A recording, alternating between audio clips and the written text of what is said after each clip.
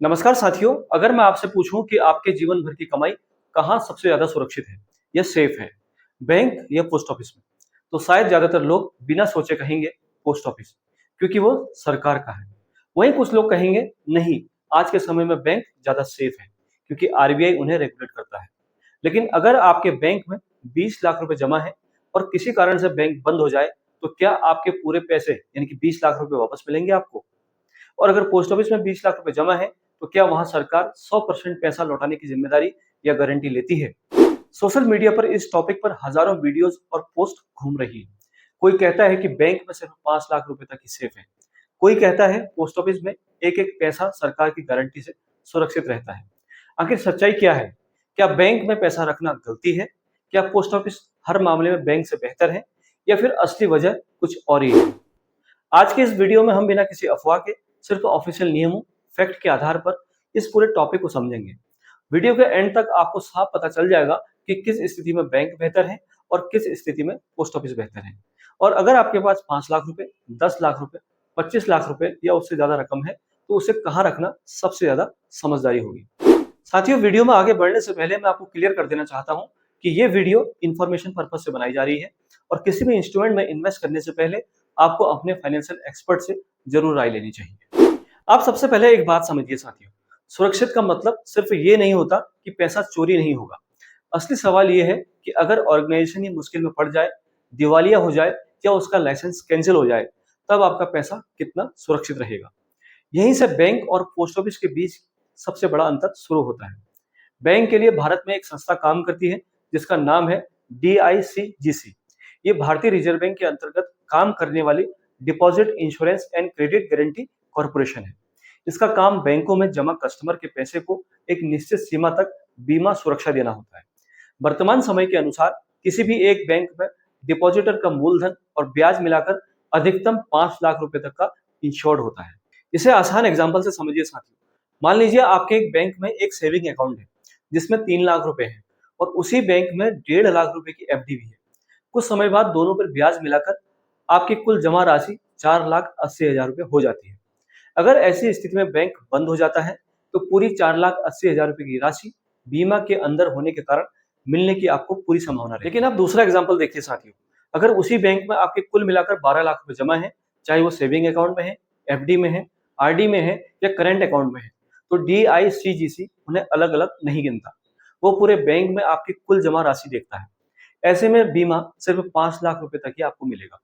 बाकी राशि बैंक के एसेट्स और रिजोल्यूशन प्रोसेस पर डिपेंड करेगी। यहीं से सोशल मीडिया पर आधी अधूरी जानकारी फैल जाती है।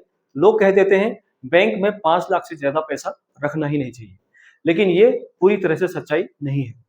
असल बात यह है कि भारत में अधिकांश बड़े और मजबूत बैंक सामान्य परिस्थितियों में बंद नहीं होते हैं। उन पर आरबीआई की लगातार निगरानी रहती है। सफिशिएंट कैपिटल, रिस्क मैनेजमेंट और कई नियम लागू होते हैं। जरूरत पड़ने पर विलय, पुनर्गठन या अन्य समाधान भी किए जाते हैं। इसलिए सिर्फ 5 लाख वाली बात सुनकर घबरा जाना सही नहीं है। अब बात करते हैं पोस्ट ऑफिस की। पोस्ट ऑफिस की बचत योजनाएं सामान्य बैंक जमा जैसी नहीं होती है। PPF, NSC, KVP, senior citizen saving scheme, time deposit, monthly income scheme जैसी योजनाएं भारत सरकार द्वारा संचालित स्मॉल सेविंग स्कीम है। इन पर DICGC का बीमा लागू नहीं होता, क्योंकि इनका ढांचा अलग होता है। उन्हें सरकार समर्थित योजनाएं माना जाता है। यही कारण है कि लोग कहते हैं कि पोस्ट ऑफिस ज्यादा सेफ और सुरक्षित है।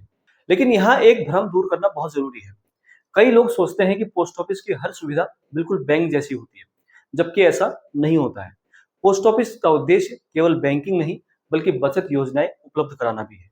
कई मामलों में बैंक ज्यादा सुविधाजनक होते हैं, जैसे इंस्टेंट डिजिटल बैंकिंग, बड़े लोन प्रोडक्ट, क्रेडिट कार्ड्स, तेज ऑनलाइन सर्विस और कई अन्य फाइनेंशियल सर्विसेज। अब एक और सवाल, अगर आपके पास 30 लाख रुपए हैं, तो क्या पूरा पैसा पोस्ट ऑफिस में डाल देना चाहिए? जवाब है जरूरी नहीं है, क्योंकि सुरक्षा के साथ साथ आपको liquidity, tax return, lock in period और आपकी जरूरत भी देखनी होगी। मान लीजिए किसी पर्सन को अगले 6 महीने में घर खरीदना है। उसके लिए ऐसी स्कीम चुनना जहां पैसा कई वर्षों तक लॉक हो जाए समझदारी नहीं होगा।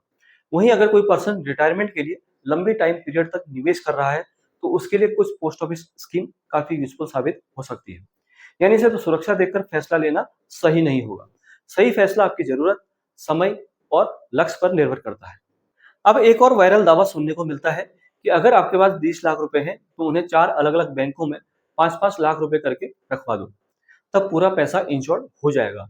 इस दावे में काफी हद तक सच्चाई है, क्योंकि डीआईसीजीसी की लिमिट पर डिपॉजिटर पर बैंक होती है, न कि पूरे देश के सभी बैंकों को मिलाकर। इसलिए अलग-अलग बैंकों में जमा राशि अलग-अलग बीमा सीमा का लाभ ले सकती है। लेकिन ये नियम समझकर ही लागू करना चाहिए, सिर्फ सोशल मीडिया की सलाह पर नहीं। अब जरा एक स्थिति की कल्पना कीजिए। मान लीजिए 2 दोस्त हैं। पहले दोस्त ने अपने पूरे 25 लाख रुपए एक ही बैंक में एफडी के रूप में जमा किए हैं और दूसरे दोस्त ने अपना कॉर्पस अलग-अलग जगह बांट दिया है। कुछ पैसा एक मजबूत बैंक में, कुछ दूसरे बैंक में, कुछ पोस्ट ऑफिस की ऐसी योजनाओं में लगाया जो उसके टारगेट के अनुसार उपयुक्त थी। अब अगर भविष्य में किसी एक संस्था में कोई समस्या आती है, तो किस पर्सन का रिस्क कम होगा?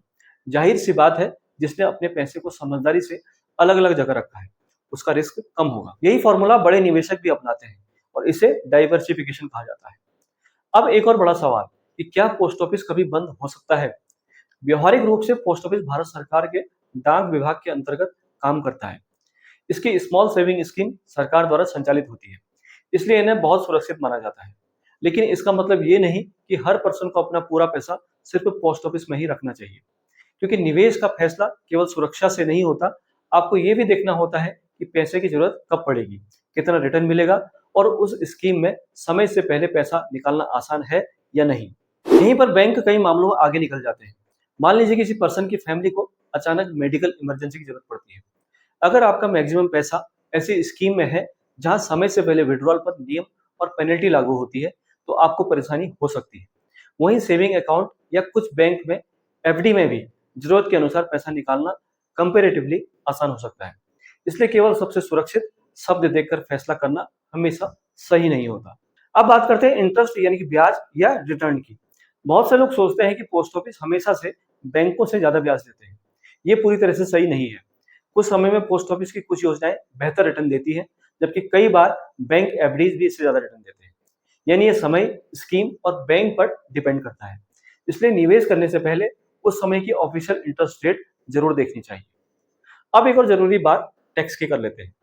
कुछ पोस्ट ऑफिस स्कीमों में टैक्स बेनिफिट मिलते हैं, जैसे पीपीएफ या टैक्स बचत से जुड़ी कुछ अन्य योजनाएं। वहीं कुछ योजनाओं का ब्याज टैक्सेबल हो सकता है। इसी तरह बैंक एफडी पर मिलने वाला ब्याज भी कई मामलों में टैक्स के दायरे में आता है। इसलिए सिर्फ ब्याज दर देखकर फैसला करना सही नहीं होगा। आपको टैक्स के बाद मिलने वाले वास्तविक लाभ को भी समझना चाहिए। अब बात करते हैं नॉमिनेशन की। चाहे बैंक हो या पोस्ट ऑफिस हो, नॉमिनेशन जरूर जोड़िए। आज भी लाखों लोग ये छोटी सी प्रोसेस को पूरा नहीं करते, जिस वजह से बाद में परिवार को पैसा निकालने में अनावश्यक डॉक्यूमेंट और कानूनी प्रोसेस का सामना करना पड़ता है। इसलिए निवेश करने के बाद ये जरूर जांचें कि नॉमिनेशन सही तरीके से एंटर किया है या नहीं। अब एक और वायरल दावे की बात करते हैं। सोशल मीडिया पर कई बार कहा जाता है कि सरकार कभी भी बैंक का पैसा वापस ले सकती है, इसलिए बैंक सुरक्षित नहीं है। इस तरह के दावे अक्सर बिना संदर्भ के फैलाए जाते हैं। साथियों, भारत में बैंकिंग व्यवस्था आरबीआई के नियम के तहत चलती है। बैंकों पर कैपिटल, रिस्क मैनेजमेंट, ऑडिट और कई तरह की निगरानी होती है। अगर किसी बैंक में समस्या आती है तो उसके समाधान के लिए कानूनी प्रक्रियाएं होती है। इसलिए हर वायरल मैसेज को सच मान लेना सही नहीं है। अब सबसे इंपॉर्टेंट सवाल, अगर आपके पास 5 लाख रुपए तक की बचत है तो क्या करें? अगर आपको रोजमर्रा के लेन देन की जरूरत है तो एक मजबूत और विश्वसनीय बैंक आपके लिए अच्छा ऑप्शन हो सकता है। अगर आपका टारगेट सुरक्षित बचत है और योजनाएं आपकी जरूरत के अनुसार हैं, तो पोस्ट ऑफिस भी अच्छा ऑप्शन हो सकता है। अगर आपके पास 10 से 25 लाख रुपए हो तो ऐसी स्थिति में पूरे कॉर्पस को एक ही जगह रखना समझदारी नहीं मानी जाती। जरूरत और लक्ष्य के अनुसार अलग अलग संस्थानों, योजनाओं में अपने पैसे को बांटकर रिस्क को कम कर सकते हैं। अगर आपके पास 25 लाख या उससे अधिक राशि है तो पहले अपने लक्ष्य यानी टारगेट तय कीजिए। क्या पैसा आपको 6 महीने बाद चाहिए, क्या 5 साल बाद चाहिए, क्या रिटायरमेंट के लिए चाहिए, क्या बच्चों की पढ़ाई के लिए चाहिए? हर लक्ष्य के लिए एक निवेश ऑप्शन सही नहीं हो सकता। अब इस वीडियो का सबसे बड़ा निष्कर्ष यानी कंक्लूजन सुनिए। अगर सवाल केवल सरकारी सुरक्षा का है तो पोस्ट ऑफिस की स्मॉल सेविंग स्कीम्स को लोग बेहद सुरक्षित मानते हैं, क्योंकि ये भारत सरकार द्वारा संचालित है। अगर सवाल आसान बैंकिंग, डिजिटल सुविधा, तुरंत लेन देन, लोन और रोजमर्रा की जरूरतों का है तो बैंक कहीं ज्यादा उपयोगी साबित होते हैं। और अगर सवाल 100% पैसा कहाँ सुरक्षित रखें इसका है, तो सबसे समझदारी भरा जवाब है पूरा पैसा किसी एक जगह मत रखिए। अपने लक्ष्य, जरूरत और राशि के अनुसार उसे अलग अलग मजबूत बैंकों और उपयुक्त सरकारी बचत योजनाओं में बांटिए। इससे जोखिम भी कम होगा और जरूरत पड़ने पर पैसे तक पहुंच भी आसान रहेगी। इसलिए अगली बार जब कोई कहे कि बैंक बिल्कुल सुरक्षित नहीं है या पोस्ट ऑफिस में आंख बंद करके पूरा पैसा रख दो, तो बिना जांचे उस बात पर भरोसा मत कीजिए। सही फैसला वही है जो आधिकारिक नियमों, आपकी जरूरतों और सही वित्तीय योजनाओं पर आधारित हो। अगर अभी तक आपने अपने bank account, FD, post office निवेश और नॉमिनेशन का रिव्यू नहीं किया है, तो आज ही 10 मिनट निकालिए। देखिए आपका पैसा कहाँ रखा है, कितना रिस्क है और क्या उसे बेहतर तरीके से व्यवस्थित किया जा सकता है। कई बार छोटी सी प्लानिंग फ्यूचर में लाखों रुपए की सुरक्षा बन जाती है। अगर आपको ये जानकारी जरा भी हेल्पफुल लगी हो, तो वीडियो को लाइक और शेयर जरूर करें, ताकि ज्यादा से ज्यादा लोगों तक सही जानकारी पहुंचे और उस सोशल मीडिया पर फैल रही आधी अधूरी बातों की बजाय फैक्ट के आधार पर अपनी मेहनत की कमाई की सुरक्षा कर सके। अगले वीडियो में फिर मिलेंगे एक नई और पूरी तरह से फैक्ट चेक की गई जानकारी के साथ। तब तक के लिए धन्यवाद।